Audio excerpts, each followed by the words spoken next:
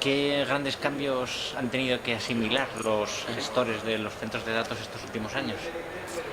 Bien, yo creo que uno de los principales cambios es la convergencia del centro de datos tradicional, lo que es la infraestructura tradicional, hacia una infraestructura lógica o virtual.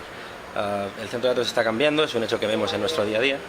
Desde Cardagón, como proveedor de servicios, sí que observamos que se reciben muchas más peticiones de servicio en la nube, de distintas formas, porque llamamos a la nube un poco a todo hoy en día, ¿no? Todo lo que está en Internet es la nube. Y en la parte de infraestructura, un poco la infraestructura como servicio.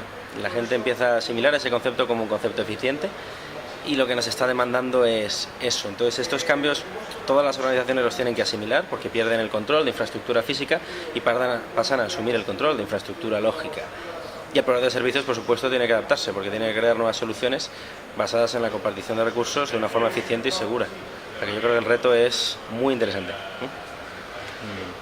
¿Tendencias de futuro para ese segmento concreto del centro de datos? Yo creo que el centro de datos va a evolucionar hacia este punto que comento, hacia lo que es una infraestructura lógica, una infraestructura virtual, y eso conlleva un reto para todos los centros de datos como edificios o elementos físicos dentro de un edificio, que es que tenemos que adaptarnos y tenemos que adaptarnos a unas mayores densidades energéticas.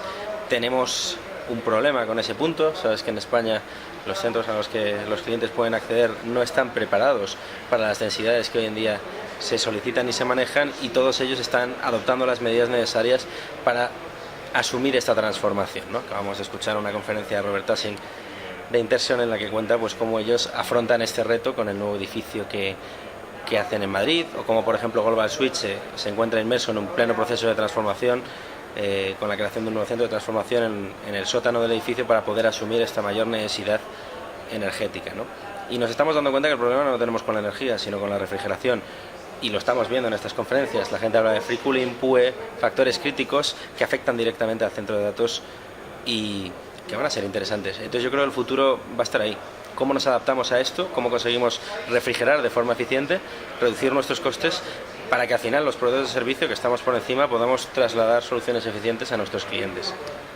¿No crees que al final lo que más cuesta son los cambios de mentalidad? Precisamente concebir las cosas de otra manera son los primeros topes que se tienen.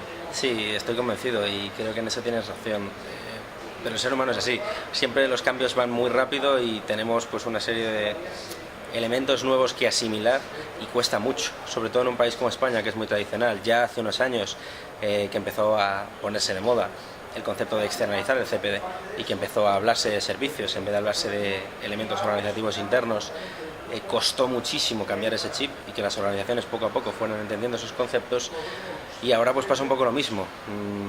Es complicado, pero yo creo que se conseguirá, ¿eh? Con eventos como el vuestro, desde luego, le damos visibilidad. Quería preguntar, pasos que debería dar una compañía para integrar los CPDs en su estrategia.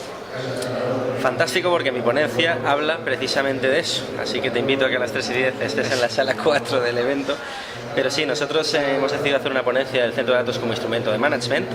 La idea que nosotros proponemos es que no podemos dejar el centro de datos como un elemento técnico constreñido únicamente a la decisión de un departamento concreto dentro de la empresa, sino que es mucho más, que debe integrarse en la estrategia como un elemento totalmente independiente y operativo, más como una unidad de negocio, porque impacta a todas las áreas de servicio. Me voy a explicar. Antiguamente el centro de datos prestaba un servicio concreto, o lo concebíamos de esa manera. Esto ha ido evolucionando hasta el punto en el que los centros de datos hoy en día prestan servicio a todos nuestros colaboradores, proveedores, clientes, empleados.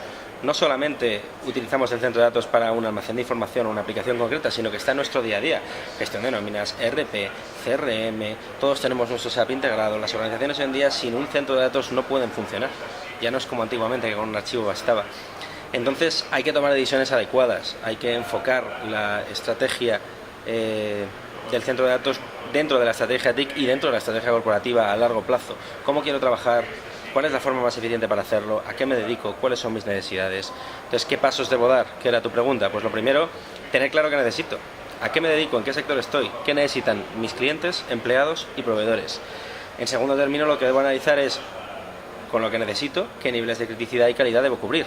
Lo hago en casa, externalizo el centro de datos, necesito unos SLA mayores o menores, necesito cubrir unos servicios mayores o menores. En tercer lugar, deberé decidir cuánto presupuesto tengo o cuánto puedo destinar, porque siempre tenemos menos de lo que nos gustaría, y por tanto eso nos permitirá tomar decisiones estratégicas correctas. Pero no nos debemos olvidar del cuarto y el quinto punto, que son importantísimos, que es trabajo en equipo. Debemos trabajar juntos. Todo lo que es la cúpula de gestión, simplificada como el CEO, director general, director financiero, director técnico, deben trabajar de forma conjunta y entender que el problema del centro de datos no es solo del director técnico, sino que es de todos ellos, porque afecta a todas las unidades de negocio. Y finalmente generar una matriz de decisión correcta, un cuadro de mando que nos permita tener en cuenta componentes técnicas, componentes financieras y componentes de gestión. Y con estos 5 pasos yo creo que podemos llegar a disponer de una adecuada estrategia hacia el centro de datos y a tomar decisiones adecuadas. ¿Puedes hablar de proyectos inminentes de Cartagon?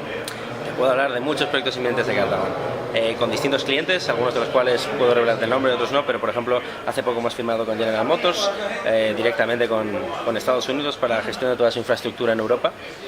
Nos encontramos por tanto inmersos en un proyecto de despliegue de plataforma para una empresa que a día de hoy no tiene nada aquí y quiere empezar a prestar servicios. A la vez nos encontramos creciendo con uno de nuestros principales clientes que se dedica al sector del juego. Es un proyecto muy interesante porque nos está permitiendo crecer no solo en la península ibérica a nivel nacional, sino también ofrecer un servicio integrado de telecomunicaciones multioperador y multimarca, donde podemos dar muchísima flexibilidad de producto.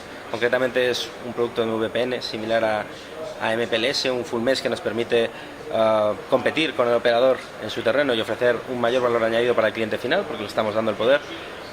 Nos encontramos inmersos en un proyecto de crecimiento y expansión nacional. Este año queremos abrir centros de datos en Zaragoza, en Barcelona, que es crítico para nosotros. A día de hoy no disponemos de presencia allí. Nos gustaría entrar en Galicia y en Andalucía también, aunque probablemente no se pueda acometer hasta el año próximo. Y también tenemos 2 proyectos internacionales que esperamos poder desarrollar en los próximos 3 años para entrar en Centro Europa, concretamente en Austria y en Alemania, y para entrar en Estados Unidos, donde ya tenemos presencia en un par de instalaciones en Miami y queremos desarrollar servicios muy orientados a todo lo que es crear una buena base de infraestructura para dar servicios a LATAM, ¿no? A todo lo que es Latinoamérica. Pero desde allí, desde Miami. Desde Miami, en un principio, por las sinergias que hemos encontrado por clientes existentes que tienen intereses en Estados Unidos, pero desde luego tenemos que afrontar el paso y sabemos de entrar en Latinoamérica, concretamente países como Colombia, Perú, son muy interesantes para nosotros, Brasil por supuesto también, y es algo que figura en el orden del día de nuestras previsiones de crecimiento y tenemos que desarrollar en los próximos años. Creemos que lo haremos y nos permitirá crecer de una forma adecuada. De todos modos, en Cartagon somos un poco raros y nos gusta hacer las cosas bien, así que no es algo que hagamos probablemente, que haremos probablemente en 6 meses, 1 año, sino será algo que llevará su tiempo, pero cuando lo hagamos estoy convencido de que tendremos éxito. Bueno, al principio son mercados que todavía están más verdes que otros y entonces hay más opciones de crecimiento también por ese motivo. Correcto, también tienes el problema de la divisa, todo tiene su componente negativa, entonces o generas equipos locales o no puedes competir.